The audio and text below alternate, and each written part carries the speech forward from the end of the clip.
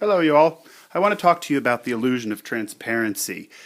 Basically, this states that between two parent colors, there would be many mixture colors or intermediate colors, and they would all be a mixture of these two parent colors. So in this case, we have yellow and blue.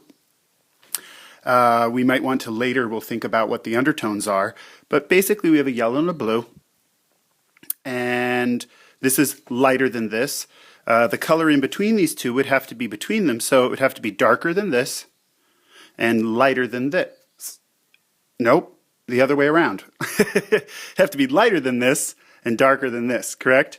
So if you look at this green, and I make a little hole through here, I have to find something that's a little lighter than the blue, possibly, right?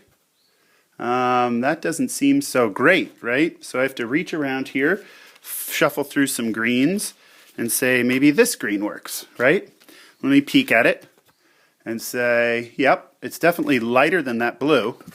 It's definitely darker than this green. So I go, all right, that'll probably work. So what we do is we have to, in the illusion of transparency, you have to line these colors up perfectly. And what you want to allude to is that this color is transparent, and it's passing over or under this color. If this color was transparent, we don't know which one's transparent. We put them together and just feel it. And what you also want to make sure is you have no shadows, so you want to curl this color so it lays flat, really flat. You want your color aid perfectly aligned, and then what I want to do is line it up so that the yellow sheet appears to intersect the blue sheet, just like that. See what's happening? Now, in the real world, when you get a perfect match, they tend to feel as though they're mixing with one another. I don't think this is a perfect match yet, and I'll tell you why. If we look around, in theory this is yellow and blue, and they should mix to make green. But you know enough about color now. I think, what kind of yellow is this? Is it an orange or yellow? No. It's got kind of a green undertone to it. So I think, okay, is it lighter? Is it darker? Does it have a lot of white in it? So I look at it next to a whiter, a very orangey yellow. It doesn't have that much white in it. You can see this has a fair amount of white, depending on how I light it. But it has a lot more white than the yellow. Maybe you can see it here. This has a lot more white in it. So this is a pretty pure yellow, and it's a pure kind of greenish yellow. Okay, what kind of blue is this? Now, I have to put it with something like a blue-violet. Okay, and maybe you can see the difference. It's so weird. In the camera, this looks greener, but actually, this is greener in reality. Maybe we'll see it when we put it up against a green. Nope, none of these are reading all that well in the camera. So what I'm going to do, let me see if I can make the case more extreme. How about that? Nope, this is actually blue-green, very, very blue-green. Strange that we can't get that to show. And this is a blue-violet. So what I'm realizing is, if I take the blue-green, and the undertone is green, it'll head towards this electric green. So if I put these together now, I have a yellow with an undertone of green, and I have a blue with an undertone of green. If I put a pretty electric green between the two of them, it really feels like it's passing beneath it. All right? And let's see how well we can show that. Works better on a... Can you see it well? You can't really make out the illusion unless I have it flat. All right? Let's see, you have to really line up those corners well, right here and here, and then get them to line up with the blue sheet, just like that. And there you go. It looks pretty good. That one's passing pretty well.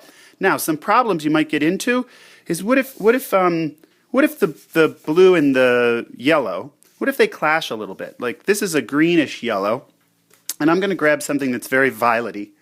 Okay, that means that my mixture wouldn't be so bright. I would have to pick something more like this, a little bit duller, less electric, right? So that some of the red, and think about this blue has a little bit of red in it to make it purple, right? To make it violet. It's got a little red in it, so some of that red has to show up in my mixture color. So let's try that and see if it works. And it looks pretty good. It really looks good, okay? Look at that for a moment, okay, as opposed to, as opposed to this. I'm going to switch out that green with the really bright green and see how it rides the wave. Does it seem like it makes sense? Not as well. It looks like it's kind of glowing a little bit. And you want it to be dimmer because of this purple hitting this electric yellow, it would kill it. So what I notice here is a brightness that I don't see in these two colors combined. It's hard for me to imagine it staying that bright. So I go back to the dull green and try it again. Just take a look, and I think, yeah, that makes sense. So you have to practice this theory to understand it. Now when you start, you're going to start with simple things like blue and yellow, okay? But ultimately you might get into more complex things like a blue and an orange. Now blue and orange, you know, are going to dull significantly and make a neutral. And so if I pick up a neutral, and I'm randomly picking up one that I pre-planned, so you see that it works pretty well, right? It's awesome well. You can kind of see the blue in this color, and you can see the orange passing through this color. That's a great mixture. Now what I would do is, how did I know that this was blue and orange, right? I don't. I try around a little bit and I put it near other colors. So I look at it here, and all of a sudden this looks very green. This looks a little purpler. And if I think about it, what's in purple? Red and blue. So I say, well, this has blue in it, and this does have some red in it because it's orange. So there's some violet in there, so that's okay. What else do I see in this color? Not just purple, it's extremely dull, so it might have some yellow in it. Well, this is a blue-green, so I already said it had blue in it. Well, it also has yellow in it. And this I said had red in it, but it also has yellow in it. See, it gets kind of crazy, but you can imagine that you have a blue and a yellow, a blue and an orange, and that they're going to mix a neutral. Now, what else I'm looking at is that this color is a little darker, this color is a little lighter, this color is definitely in between the two. It has a fair amount of white in it if you look at it, and both of these colors have a fair amount of white in them. Okay, so they're milky. Now, what would be a bad choice? Let me try something like this. This is a purple. I don't know if you can see it that well, but it's more of a violet. And it's so violet that there's probably not enough violet in these two colors to make that neutral. Another thing is it's very close in value to this. So I think, where's all the orange going to come from? All that white and orange. Well, I can try it. And it just doesn't make sense. You know, you don't really feel the two colors mixing inside it and glowing. Go back to the original one where it was correct and say, feel that again for a second. And you'll go, oh, I see it. All right? Vavoom. So this is what you're going to do this week. You're going to find two different simple hues that combine to make a third hue. And there can be many mixtures in here. I could have tried it with a lighter green, right? Could have tried it with a lighter green that has more of the yellow mixed into it. And that works pretty well, as long as my blue is kind of a blue-green.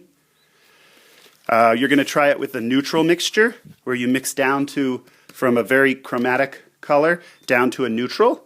And you're going to have to play around a lot. I'd like you to show me your failures and your successes. And then you're going to do a real simple one, which is just value. And this is a good one to maybe start with, or pause for a moment if you get confused. All you want to do is pick two colors and pick a color that's in between them, and it's just lighter, darker. It's basically a very, very simple transition.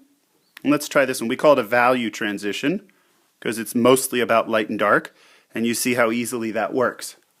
Okay? So go to it, and I look forward to seeing what you come up with. Present all your studies as well as the solution. So when you fail, record some of those. Take some snapshots of them, and then record the one that was dead on when you feel it really resonate. And it takes some time to get it, so be patient with yourself. Thanks so much, and be good.